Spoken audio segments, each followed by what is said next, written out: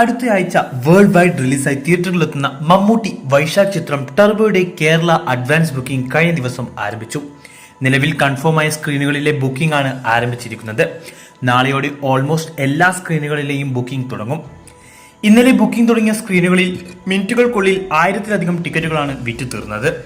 ഇനി വരും ദിവസങ്ങളിൽ കൂടുതൽ സ്ക്രീനുകളിൽ കൂടി ബുക്കിംഗ് ഓപ്പൺ ആവുന്നതോടെ ടർബോയുടെ ആദ്യ ദിവസത്തെ ടിക്കറ്റിനായി വലിയ ഡിമാൻഡ് ആവുമെന്നാണ് കരുതുന്നത്. എന്തു തന്നെയായാലും ചിത്രത്തിന്റെ ട്രെയിലർ പ്രേക്ഷകർ ഏറ്റെടുത്ത സ്ഥിതിക്ക് ഗംഭീര പ്രീസെയിൽ തന്നെ ടർബോയ്ക്ക് പ്രതീക്ഷിക്കാം. പുറത്തുവരുന്ന ലേറ്റസ്റ്റ് റിപ്പോർട്ടുകൾ അനുസരിച്ച് കേരളത്തിൽ 400-ൽ പരം സ്ക്രീനുകളിൽ ഇതിനോടകം വേഫാറ ഫിലിംസ് ലോക്ക് ചെയ്ത് കഴിഞ്ഞു.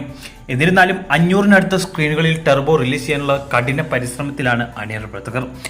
പക്ഷേ കഴിഞ്ഞ ദിവസം തിയേറ്ററിലെത്തിയ ചിത്രങ്ങൾക്ക് മികച്ച പ്രേക്ഷക അഭിപ്രായം ലഭിച്ചതിനാൽ ടർബോയുടെ സ്ക്രീൻ കൗണ്ട് ഇനിയും കൂടുമോ എന്ന സംശയത്തിലാണ് എല്ലാവരും. എന്തു തന്നെയായാലും ഈ അടുത്ത കാലത്തായി റിലീസ് ചെയ്ത മമ്മൂട്ടി ചിത്രങ്ങളിലെ ഏറ്റവും വലിയ റിലീസാവും ടർബോയുടേത്. അതേസമയം ചിത്രത്തിന്റെ ഓൺലൈൻ ഓഫ്ലൈൻ പ്രൊമോഷൻ പരിപാടികൾ തകൃതിയായി നടന്നു വരികയാണ്.